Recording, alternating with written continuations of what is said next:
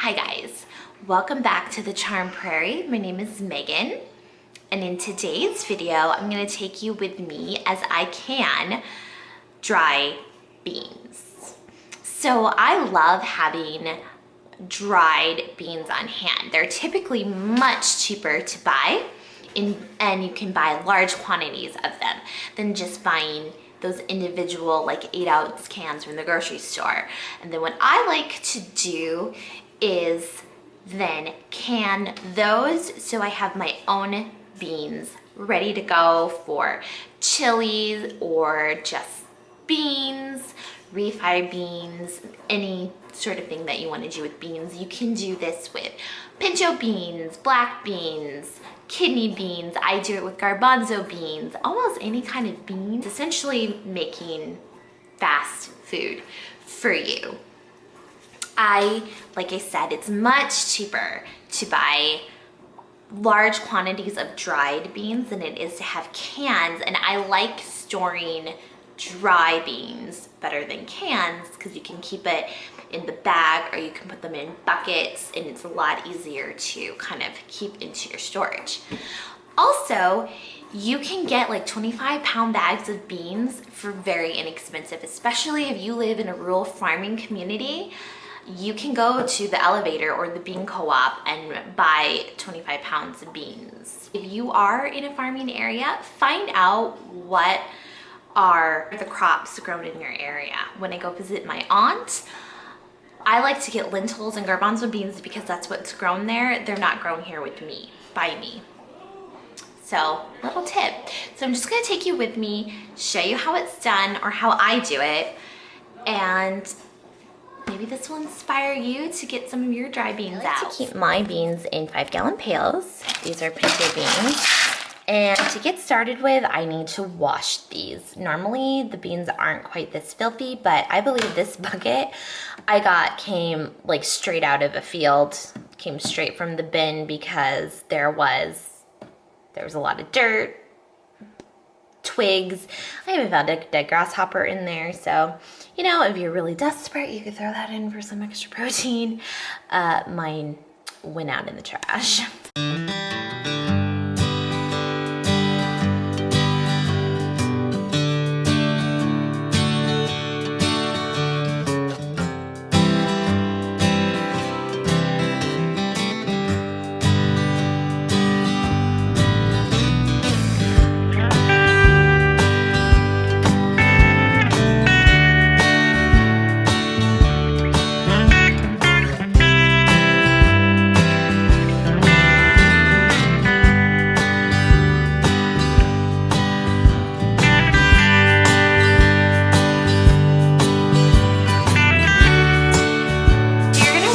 Your dry beans overnight or for 12 hours in a jar, and I put about 1 cup of dried beans in a jar and then fill it with hot water, and then I let it sit overnight.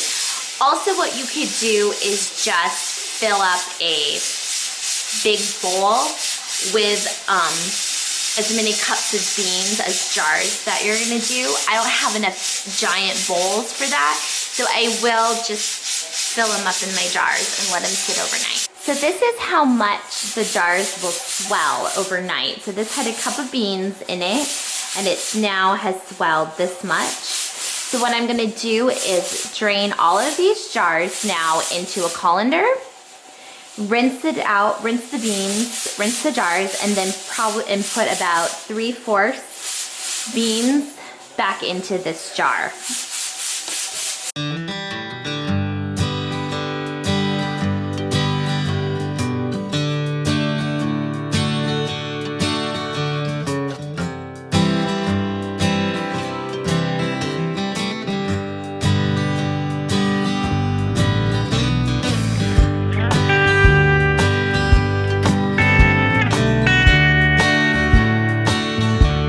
All right, so when your jars are filled about 3/4 full, that's when you add in the salt. Now I can with pink Himalayan salt.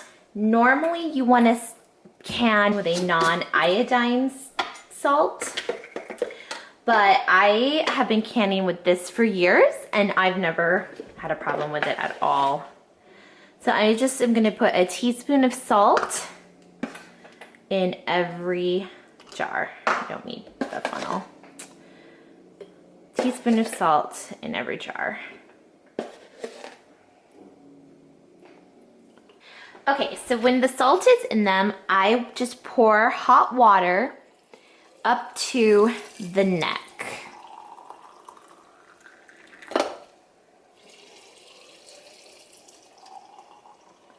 I like putting hot water in there using my my electric kettle, cause it already helps get everything all nice and hot. So when they get in the counter, the magic can happen. Always make sure that the rings are nice and clean. And then I like to take my rings and get them hot, because that makes, if I get them hot, this rubber on there gets nice and squishy and it's ready to get sealed.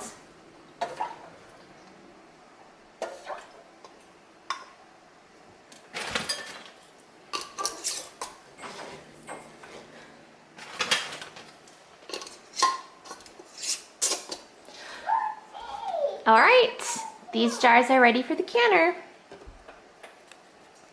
So when you're canning dry beans, you're gonna wanna have pressure can them. When you are canning, you need to know what kind of acidity the food you have has in it, because low acidity, you have to pressure can. So most of your vegetables, beans, meat, those kind of things, they have to be pressure canned. High acidity things like fruit, tomatoes, those kinds of things, that you can water bath them. So make sure that you have a pressure canner. Mine holds 7 quarts of beans, so that's what we're gonna start out with. So your pressure canner works a lot like your Instapot or your stovetop pressure cooker that you cook food with. You use steam to can and cook everything all the way through. So for my big canner, I'm only gonna put about 3 quarts of water in it. Normally I do about maybe 2.5, but these beans are gonna have an 1.5 hour pressure cook time. So I wanna make sure that I do not drain this with water.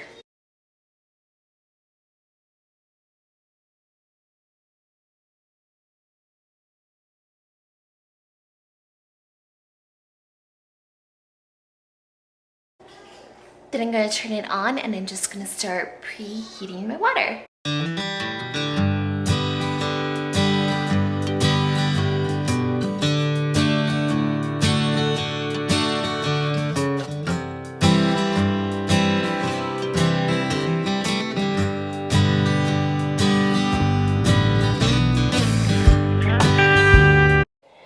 When you are using your pressure canner, make sure that you read your instructions carefully so you know how to run yours when it's time to start counting down your minutes, when it's fully pressurized.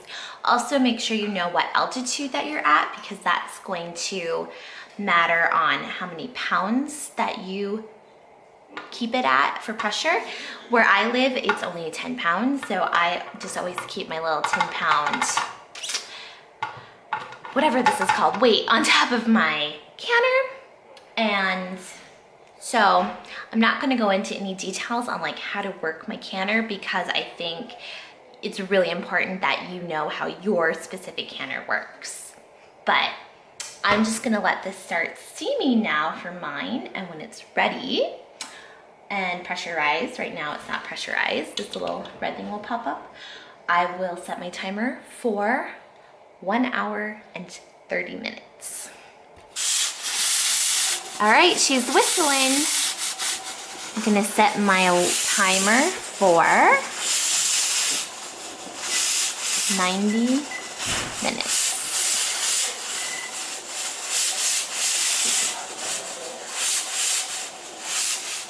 All right, now you wanna make sure that your pot has completely depressurized before you open it, because that would be bad news. So my little thing has gone down. It's telling me it's safe to open. in. Whew.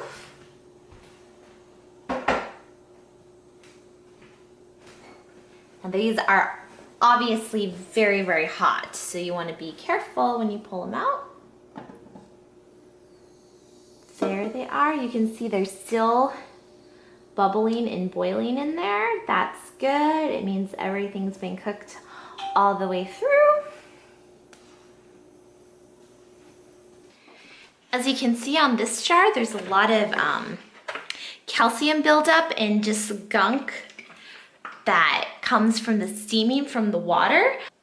A little trick to get rid of that, have really clean looking jars when you come out, is to just put a tiny splash of vinegar in your canner. This is part of the whole process that I love. These have been out of the canner for about 10 minutes. Look, it is still bubbling inside of there. So these are definitely well done.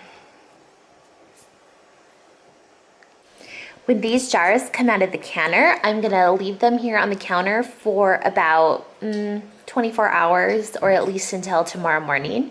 That gives them a time to completely cool down and to seal completely, because I don't want any busted seals or false seals, because it's just such a pain when you go through all of the work and then your stuff doesn't seal. So we're gonna make sure that these are well done. This is some of the disappointments that happened with canning. I broke a jar. Crumb. So, I live in a bean factory. Everything's been beans today.